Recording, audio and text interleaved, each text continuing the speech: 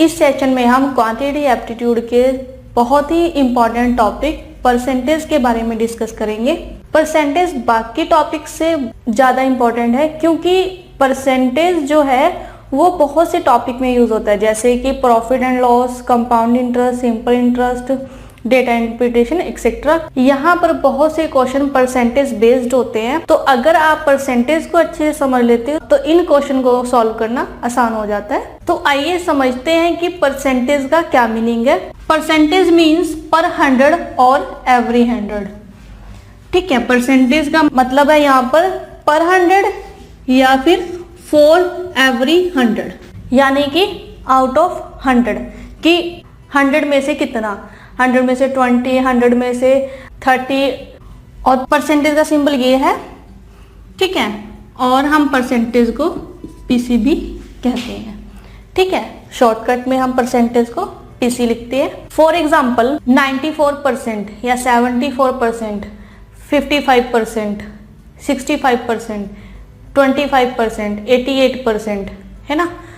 तो for example 74%, तो 74% क्या होगा, 74% यानी कि पर 100 या फॉर एवरी 100, 74 बाय 100 यानी कि आउट ऑफ 100, 74 आउट ऑफ 100, 74 पर 100, 74 एवरी 100, 74 आउट ऑफ 100, हम इसे ऐसे भी कह सकते हैं। ठीक है, तो ये मीनिंग है यहाँ पर परसेंटेज का। ऐसे ही मान लो है 65%, तो 65% को भी हम क्या कह सकते हैं, 65 आउट ऑफ 100 या 65 पर 100, 65 फॉर एवरी 100 है ना, तो 65 बाय 100। ऐसे ही मान लो है 13%, 13% यानी कि 13 बाय 100, 13 आउट ऑफ 100, 13 पर 100, 13 फॉर एवरी 100 है ना। तो ये मीनिंग है यहाँ पर कि परसेंटेज का क्या अर्थ है। ठीक है, परसेंटेज का क्या मीनिंग है, ये मीनिंग है यहाँ पे परसेंटेज का। परसेंटेज मीन्स पर 100 और फॉर एवरी 100। तो अगर आप इन वैल्यू को ऑब्जर्व कर रहे हो तो इन वैल्यू के अकॉर्डिंग जो परसेंटेज है वो एक फ्रैक्शन भी है ना। ये फ्रैक्शन वैल्यूज में भी है परसेंटेज को, जहां पर डिनोमिनेटर 100 हो। तो हम हर एक परसेंटेज को फ्रैक्शन में भी ले सकते हैं जहां पर डिनोमिनेटर 100 होगा। तो यानी कि परसेंटेज वह फ्रैक्शन है जहां पर डिनोमिनेटर हमेशा 100 होगा। तो percentage is a fraction where the denominator is equal to 100। तो परसेंटेज एक फ्रैक्शन भी है जहां पर डिनोमिनेटर हमेशा 100 रहेगा। यही पॉइंट हमारे पास बाकी टॉपिक्स में भी यूज होगा। ठीक है, हम परसेंटेज के वेरियस कॉन्सेप्ट को डिस्कस करें उससे पहले डिस्कस कर लेते हैं कि परसेंटेज के सिग्निफिकेंस क्या है या हम परसेंटेज को क्यों यूज करते हैं। अब माना हमारे पास दो स्टूडेंट है, ए और बी। ठीक है, ए के मार्क्स है 80% और बी के मार्क्स है 60%। ठीक है, यानी कि ए ने एग्जाम्स में 80 मार्क्स लिए और बी ने एग्जाम में 60 मार्क्स लिए। तो बताओ इन दोनों में से बेटर स्टूडेंट कौन सा है। अब मार्क्स के अकॉर्डिंग तो ए बेटर स्टूडेंट है ना, क्योंकि 80 मार्क्स ज़्यादा है 60 से, तो ए बी से बेटर स्टूडेंट है। अब मार्क्स को देखकर ये लग रहा है कि ए बी से बेटर स्टूडेंट है क्योंकि ए ने बी से ज़्यादा मार्क्स लिए हैं यहाँ पे, तो जो ए है वो बी से बेटर स्टूडेंट है। लेकिन जब भी हम कंपैरिजन करते हैं वो एक्चुअल मार्क्स से नहीं करते, है ना। तो कंक्लूजन ये है यहाँ पर कि हो सकता है कि ए बेटर स्टूडेंट नहीं है या ए बेटर स्टूडेंट है, ये रॉन्ग है हमारे पास। ठीक है, माना कि ए के जो 80 मार्क्स है ये 200 में से हो और जो बी के 60 मार्क्स है ये 100 में से हो, यानी कि बी ने 100 में मैक्सिमम स्कोर किया है और ए ने 200 में मैक्सिमम स्कोर किया है ना। इसने 200 में मैक्सिमम स्कोर किया और इसने 100 में मैक्सिमम स्कोर किया। अब देखकर लग रहा है कि बी बेटर स्टूडेंट है ना। तो अगर हम इसको 100 में से लेंगे तो आएगा 40/100, यानी कि इसके एवरी 100 में से 40 है 40 आउट ऑफ 100 और इसके 60 आउट ऑफ 100। अब देखकर लग रहा है कि जो B है वो बेटर स्टूडेंट है, क्योंकि A के 100 में से 40 है और B के 100 में से 60 है। फॉर एग्जाम्पल इसके A के हुए यहाँ पर 40%, ठीक है, और B के हुए 60%। तो अब आप ऑब्जर्व करें और देखकर आप बता सकते हैं कि जो B है उसने A से ज़्यादा मार्क्स लिए हैं, यानी कि जो B है वो कैपेबल है कि वो हर 100 में से 60 मार्क्स ले सकता है, लेकिन जो A की कैपेबिलिटी है वो ये है कि वो हर 100 में से 40 मार्क्स ले सकता है। तो यानी कि यहाँ पर B बेटर स्टूडेंट है अकॉर्डिंग टू परसेंटेज। तो हमने कंपेयर किया और हमने कंक्लूजन निकाला कि जो B है वो A से बेटर स्टूडेंट है, क्योंकि B के 60% है और A के 40% है। तो हम स्टूडेंट की परफॉर्मेंस को एक्चुअल मार्क्स पर डन नहीं करते, हम स्टूडेंट की परफॉर्मेंस को चेक करने के लिए परसेंटेज फॉर्म को यूज करते हैं। हम मोस्टली ये कहते हैं कि A ने 80% मार्क्स लिए या B ने 40% मार्क्स लिए, तो हम इस तरह से परसेंटेज की टर्म में मार्क्स को कैलकुलेट करते होते हैं, है ना, क्योंकि उससे उसकी कैपेबिलिटी का पता लगता है कि वो एवरी 100 या पर 100 कितने मार्क्स लेने में कैपेबल है। 60 मार्क्स लेगा एवरी 100 में से, 40 मार्क्स लेगा, 50 मार्क्स लेगा, 55 मार्क्स लेगा, ठीक है। तो हम हमेशा परसेंटेज फॉर्म में ही स्टूडेंट की परफॉर्मेंस को चेक करते हैं।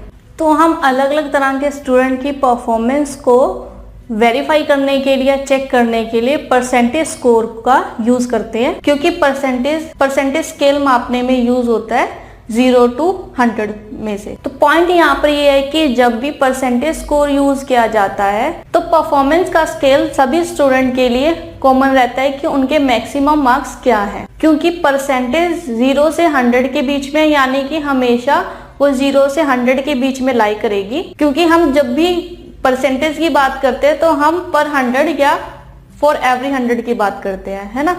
तो आप परसेंटेज का जब भी यूज करेंगे तो आप प्रॉपर कंपैरिजन करें परसेंटेज का यूज करते हुए। ऐसे ही अगर हमें कैलकुलेट करना हो कि प्रॉफिट और लॉस क्या है, हम जनरली परसेंटेज फॉर्म में प्रॉफिट एंड लॉस को कैलकुलेट करते हैं। फॉर एग्जांपल किसी बिजनेसमैन का प्रॉफिट है 40%। 40% क्या है? 40 आउट ऑफ 100, यानी कि बिजनेसमैन ने बिजनेस में जब इन्वेस्ट किया तो उसे 40 रुपीज पर 100 का प्रॉफिट हुआ। ऐसे ही जब हम कहते हैं कि उसको 5% या 10% का लॉस हुआ, यानी कि 5/100 या 5 आउट ऑफ 100, यानी कि उसे 100 रुपीज पर 100 रुपीज में से 5 रुपीज का लॉस हुआ, या वो पर 100 रुपीज में से 5 रुपीज लॉस में है। तो हम परसेंटेज का यूज इसलिए करते हैं ताकि आइडिया लगा सके कि एक्चुअल में कंपैरिजन क्या है और हम उसको इजीली या सिंपल वे में उसको समझ सकें। तो ये थे परसेंटेज का सिग्निफिकेंस कि हम परसेंटेज का यूज क्यों करते हैं या परसेंटेज का यूज करने से हमें क्या बेनिफिट होगा। ठीक है, अब हम बढ़ते हैं कि हम परसेंटेज को कैसे कैलकुलेट करेंगे। तो अभी हमने परसेंटेज को पढ़ा। परसेंटेज वह फ्रैक्शन है जहां पर डिनोमिनेटर 100 होता है ना। अब हम समझते हैं कि अगर हमें परसेंटेज को फ्रैक्शन में कन्वर्ट करना हो तो हम कैसे कन्वर्ट करेंगे, और अगर फ्रैक्शन को परसेंटेज में कन्वर्ट करना हो तो हम वो कैसे कन्वर्ट करेंगे। ठीक है, फॉर एग्जांपल हमारे पास है 50%। 50% क्या है? 50/100 है ना, 50 आउट ऑफ 100। तो अगर हम इसको कह सकते हैं 1/2,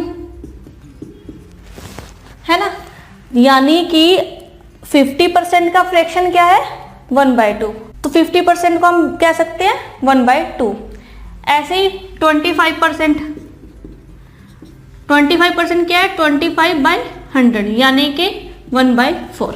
तो हम कह सकते हैं कि अगर हमें परसेंटेज को फ्रैक्शन में कन्वर्ट करना हो तो हमें 100 से डिवाइड करना होगा, यानी कि परसेंटेज को फ्रैक्शन में कन्वर्ट करने के लिए हमें 100 से डिवाइड करना पड़ेगा, तो हमारे पास फ्रैक्शन वैल्यू आ जाएगी 5, यानी कि 50%, 50 आउट ऑफ 100। अगर हम इसको सिंप्लीफाई करें तो ये आया 1/2, तो इसकी फ्रैक्शन वैल्यू हुई 1/2।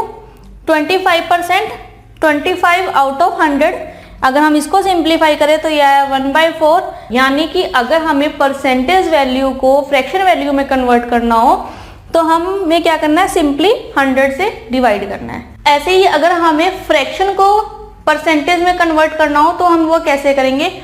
फॉर एग्जाम्पल फ्रैक्शन है हमारे पास 5/8। अब हमारे पास ये फ्रैक्शन दी हुई है 5/8। अगर हमें इसे परसेंटेज में कन्वर्ट करना हो तो हम क्या करेंगे, सिंपली हम इसको 100 से मल्टीप्लाई करेंगे, मल्टीप्लाई विथ 100, ठीक है।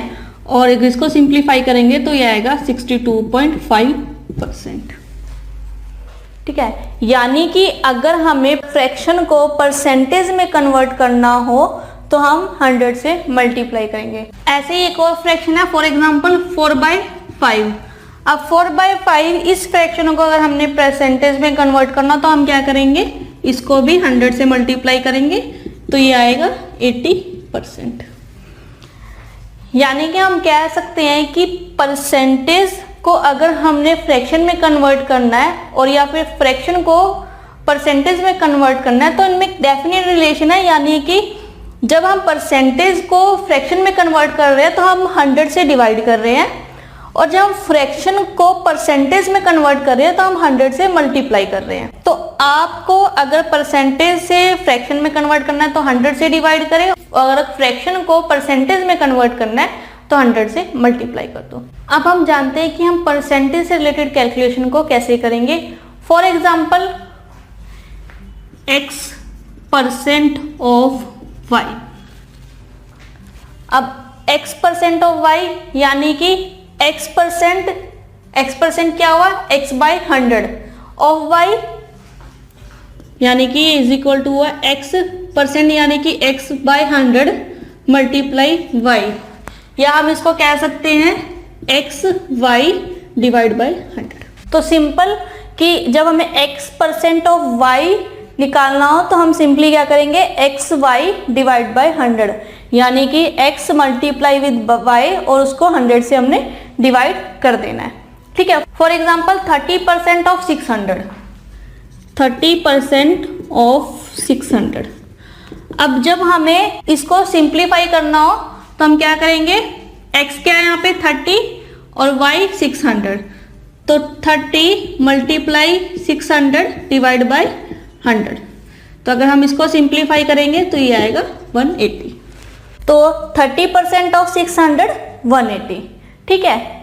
तो सिंपली क्या करना है आपने, x multiply y divide by 100। तो ये इंपॉर्टेंट पॉइंट है कि अगर हमें कोई परसेंटेज वैल्यू दी हो हम उसे कैसे कैलकुलेट करेंगे। सिंपल क्या करेंगे, x multiply y divide by 100। हमें कोई x% दिया है y का तो हम उसे सिंप्लीफाई करेंगे x multiply y divide by 100। तो अगर आप यहाँ ऑब्जर्व कर रहे हो हमारे पास 3 तरह की वैल्यू है। पहली वैल्यू है परसेंटेज वैल्यू, दूसरी वैल्यू है हमारे पास मैक्सिमम वैल्यू, और तीसरी वैल्यू हमारे पास एक्चुअल वैल्यू। यानी कि परसेंटेज वैल्यू यहाँ पे 30%, मैक्सिमम वैल्यू 600, ठीक है, और एक्चुअल वैल्यू है 180। तो हमारे पास क्वेश्चन में मोस्टली 2 वैल्यू दी होंगी, हमारे को एक वैल्यू फाइंड आउट करनी होगी, कैलकुलेट करनी होगी कि वो थर्ड वैल्यू क्या है। फॉर एग्जाम्पल हमसे इस बेस पर क्वेश्चन पूछा जाए कि 70% of question mark is equal to 420।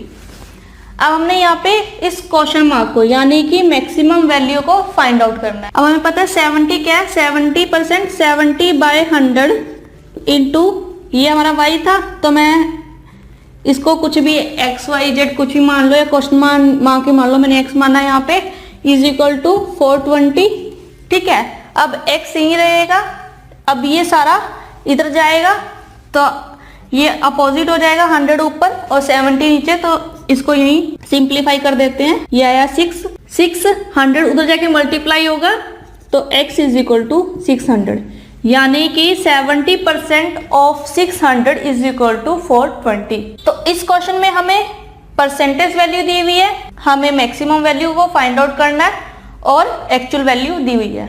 ऐसे हमारे पास मान लो एग्जांपल है, कोई क्वेश्चन है, question mark percent of 900 is equal to 630। अब इस क्वेश्चन में हमें मैक्सिमम वैल्यू दी हुई है, एक्चुअल वैल्यू दी हुई है और हमें परसेंटेज वैल्यू को फाइंड आउट करना है, ठीक है। Question mark percent of 900 is equal to 630। अब हमें क्वेश्चन मार्क परसेंटेज को फाइंड आउट करना है, तो सपोज ये x है, x divide by 100 into 900 is equal to 630। ठीक है, जब हम x इधर रहेगा तो ये इधर मल्टीप्लाई में जाएगा और ये डिवाइड में जाएगा। तो अगर हम इसको सिंप्लीफाई करें तो 9 इधर डिवाइड में जाएगा तो ये 70 पे, तो x आएगा 70%, यानी कि 70% ऑफ 900 इज इक्वल टू 630। तो इन तीनों केसेस में हमें दिया हुआ था, सबसे पहले केस में 30% of 600 is equal to question mark. ठीक है, हमने क्वेश्चन मार्क को यहाँ पे फाइंड आउट किया तो वो आया 180। सेकेंड केस में हमारे पास था 70% of question mark is equal to 420।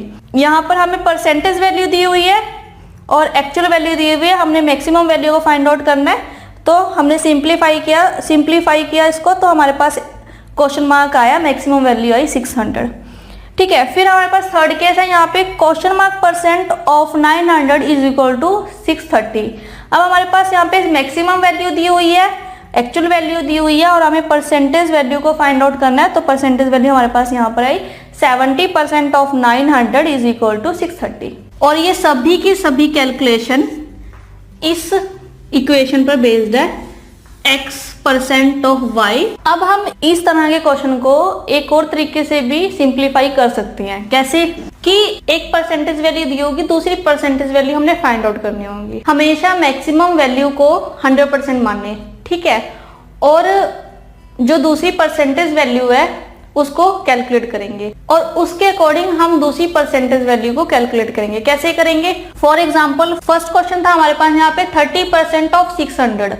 अब हमने मैक्सिमम वैल्यू को यहाँ पर 100% माना, ठीक है, यानी कि हमारे पास 100% है 600, यानी कि 100% है हमारे पास 600, ठीक है, और हमें 30% की वैल्यू फाइंड आउट करनी है। अब हमारे पास 100% की वैल्यू 600 और हमने 30% की वैल्यू यहाँ पे फाइंड आउट करनी है। हमने क्या करना है? सिंपली क्रॉस मल्टीप्लाई करना है, ठीक है।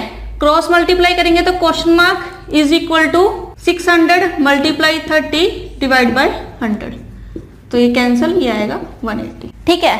सिंपली हमने जो मैक्सिमम वैल्यू है उसको 100% माना, दूसरी हमें परसेंटेज यहाँ पर फाइंड आउट करनी थी, ठीक है। हमने क्रॉस मल्टीप्लाई किया तो हमारे पास क्वेश्चन मार्क की वैल्यू आई यहाँ पे 180। ऐसे ही नेक्स्ट एग्जांपल हमारे पास 70% of question mark is equal to 420, यानी कि यहाँ पर हमें 100% फाइंड आउट करना है। अगर 100% हमें फाइंड आउट करना है तो हमारे पास दूसरी परसेंटेज वैल्यू दी हुई है 70%। 70% हमें दिया हुआ 420, यानी कि 70% हमें दिया है 420 और हमें 100% फाइंड आउट करना है।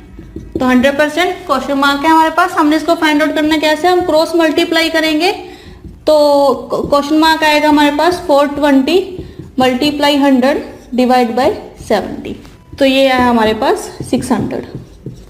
नेक्स्ट एग्जांपल था हमारे पास question mark percent of 900 is equal to 630।